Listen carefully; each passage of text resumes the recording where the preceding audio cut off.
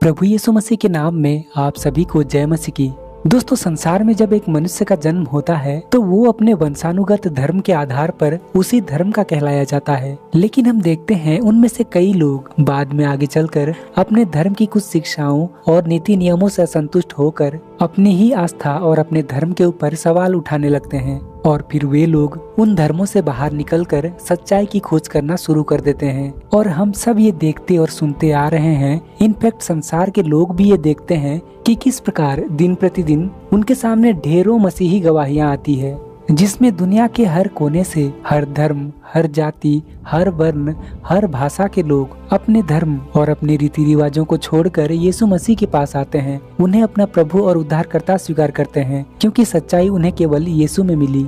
Romeo 14:11 में वचन कहता है, क्योंकि लिखा है कि प्रभु कहता है, मेरे जीवन की सौगंध कि हर एक घुटना मेरे सामने टिकेगा और हर एक जीभ परमेश्वर को अंगीकार करेगी। दोस्तों, जब हम इस्लाम धर्म की बात करें तो यह एक ऐसा धर्म है जिसमें लोगों को अपने खुदा के ऊपर संदेह करना और अपने धर्म के ऊपर सवाल उठाने की आजादी नहीं है। इस कारण कई सारे मुस्लिम भाई बहन अपने धर्म की कुछ शिक्षाओं से असंतुष्ट होने के बावजूद भी सच्चाई की खोज नहीं करते और उसी धर्म को ही फॉलो करते रहते हैं। लेकिन प्रियो, आज हम आपके सामने ईरान की एक ऐसी मुस्लिम बहन की गवाही दिखाने जा रहे हैं जिन्होंने बचपन से ही अपने धर्म की कुछ शिक्षाओं से असंतुष्ट होकर उन पर सवाल उठानी शुरू कर दी और सच्चाई की खोज में लग गई। फिर कैसे यीशु मसीह उसके जीवन में आए और सच्चाई को प्रकट करी, आप इस गवाही में देखिए। और प्लीज वीडियो को एक लाइक करें, दूसरों तक शेयर करें और चैनल को भी सब्सक्राइब जरूर करें ताकि ऐसी ही गवाहियाँ आगे आपको देखने को मिले।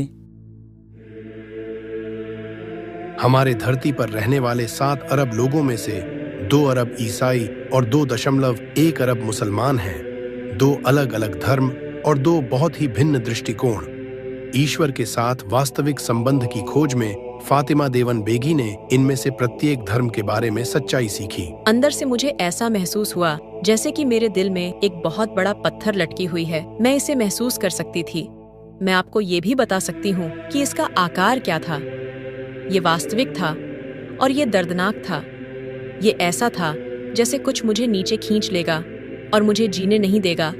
इसमें कोई उम्मीद नहीं थी, भविष्य के लिए भी कोई उम्मीद नहीं थी। फातिमा का पालन पोषण ईरान में एक मुस्लिम के रूप में हुई। मुसलमान होना खुद की पसंद से नहीं बल्कि आनुवंशिकता से होती है। इसलिए यदि आपके माता पिता मुस्लिम हैं और आप उस परिवार में पैदा हुए हैं तो आप ऑटोमेटिकली एक मुसलमान हैं। लेकिन फातिमा ने अपने माता पिता की मुस्लिम आस्था का विरोध किया। बहुत छोटी उम्र में ही मैंने अस्तित्व पर सवाल उठाना शुरू कर दिया था कि क्या कोई ईश्वर है या नहीं। मैं घंटों घंटों यह सोचने में बिताती थी कि खुदा कैसा दिखता है, वो क्या करता है, वो कहाँ रहता है। लेकिन पारंपरिक रूप से इस्लामी कल्चर में आप ये प्रश्न नहीं पूछ सकते, ये वर्जित हैं। कि यदि आप इस तरह के प्रश्न पूछते हैं तो वे आपको अविश्वासी कहते हैं। कुरान का खुदा ही एकमात्र ईश्वर था जिसे फातिमा जानती थी। वो कोई व्यक्तिगत ईश्वर नहीं है, वो दूर है और वो एक निर्माता है। कोई नहीं जानता कि वो कौन है, कोई भी उसके स्वभाव को नहीं जानता, कोई भी उसकी योजनाओं को नहीं जानता। आप बस इतना जानते हैं कि वो नैतिकता की परवाह करता है और स्वर्ग जाने के लिए आपको अच्छे कर्म करने होंगे, तो ये आपके अच्छे कार्यों के माध्यम से ही हो सकता है। किशोरावस्था में फातिमा ने भाग्य बताने और कॉफी के अवशेषों को पढ़कर उत्तर खोजने की कोशिश की। मैंने कुछ वर्षों तक ऐसा ही किया। मैं ईश्वर की खोज करती रही।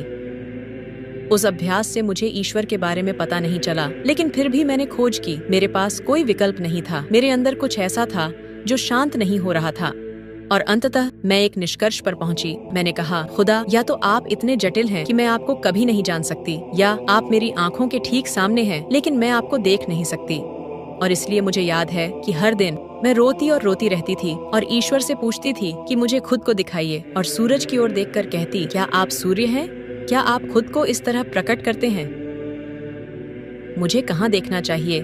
उसकी पुकार तब सुनी गई जब फातिमा ने कहा कि यीशु उसे स्वप्न में दिखाई दिए। मैंने सपना देखा कि मैं और यीशु एक गुलाब के बगीचे में टहल रहे थे। हम चल रहे थे और सपने में मैं सोच रही थी कि वो एक पैगंबर है। वह चल रहा था और मैं बस उसका पीछा कर रही थी। और उसने कहा, क्या तुम मेरे साथ चलना चाहते हो? और मैंने कहा, हाँ।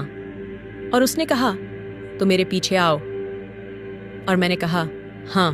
मैं मन में सोच रही थी कि एक ऐसे व्यक्ति का अनुसरण कैसे करूं जो कि है ही नहीं। वो बहुत समय पहले एक पैगंबर था। मुझे सिर्फ उस व्यक्ति को फॉलो करना है, न कि उसके निर्देशों का। तो ये मेरे लिए एक अजीब बात थी कि उसने मुझसे ऐसा क्यों पूछा। रात दर रात फातिमा को यीशु, ईश्वर और चर्च के बारे में सपने आते थे। पुराने चर्च, नए चर्च, आधुनिक चर्च, आप जानते हैं। और मैंने सपना देखा कि मेरी माँ और मेरा पूरा परिवार एक साथ हाथ पकड़कर चर्च जा रहे हैं।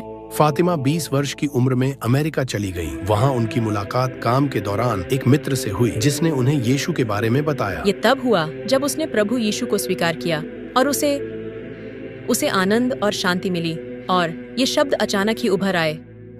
मैंने कहा वाओ, ये अच्छा है। और उसने कहा कि हर बार जब उसे ये मिलता है, हर बार जब वे उसके लिए प्रार्थना करते हैं तो वो आनंद और शांति से भर जाती है। मैंने कहा मुझे भी यही शांति और आनंद चाहिए। सो फातिमा एक ईसाई चर्च में गई और वहाँ एक महिला ने उससे पूछा, क्या आप मानते हैं कि यीशु मसीह ईश्वर है? और मैंने कहा, उन्होंने ऐसा कहा कि वो ईश्वर थे? हाँ, उन्होंने ऐसा ही कहा।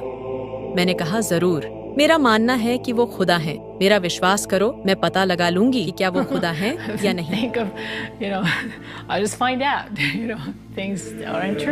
लेकिन मैं यीशु को एक कोशिश देने के लिए तैयार हूँ, निश्चित रूप से। और उसने कहा, क्या आप उद्धार की प्रार्थना करना चाहेंगे? आई सेड बिल्कुल।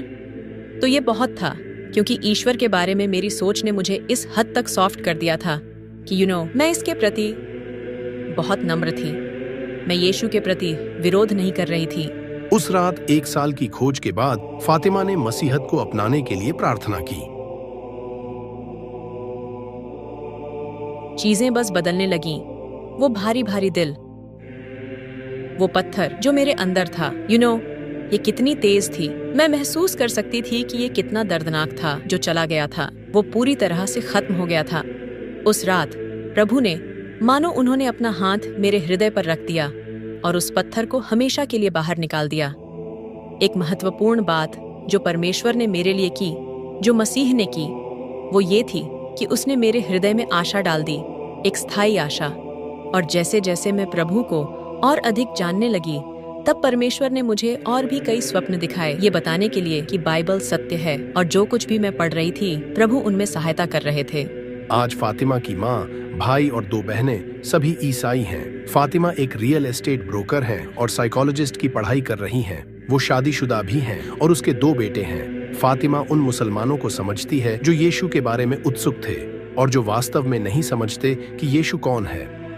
आप सिर्फ इसलिए इनकार मत करें कि आपके माता पिता मुस्लिम थे। आपसे पहले आपके दादा परदादा भी मुस्लिम थे और यही आपको हमेशा सिखाया गया है। आपको अपने लिए ईश्वर को खोजने की जरूरत है। वो मौजूद हैं। यदि यीशु कहते हैं कि वो ईश्वर हैं, तो वो इसे सिद्ध भी करते हैं। आपको बस अपना हृदय खोल देना है, यीशु को आने देना है, और तब आप स्वयं जान जाएंगे कि वो ईश्वर हैं या नहीं।